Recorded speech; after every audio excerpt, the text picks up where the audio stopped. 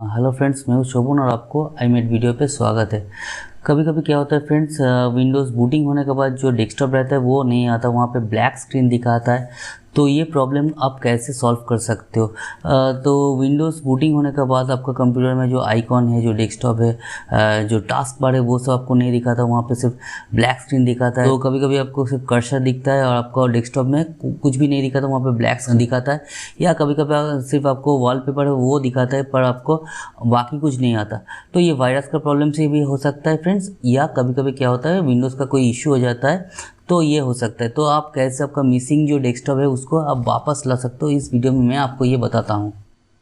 तो फ्रेंड्स देखिए, ऐसा हो सकता है लॉगिन करने के बाद जो स्क्रीन ऐसे ब्लैक आ रहा है, यहाँ पे कर्सर दिखा रहा है और ये यहाँ पे टास्क बार वगैरह कुछ नहीं दिखा है। तो आपको इस दौरान आपको क्या करना है फ्रेंड्स, आपका कीबोर्ड में आप कंट्रोल ऑल्ट और डिलीट प्रेस कीजिए।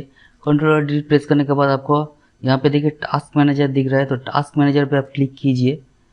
टास्क मैनेजर ओपन होने के बाद आप ऊपर में देख सकते हो सर, यहाँ पे लेफ्ट साइड अपर कॉर्नर में यहाँ पे दिख रहा है आपको फाइल में जाके आप यहाँ पे रन न्यू टास्क, ठीक है, रन न्यू टास्क अब यहाँ पे आ गया। आपको यहाँ पे फ्रेंड्स टाइप करना है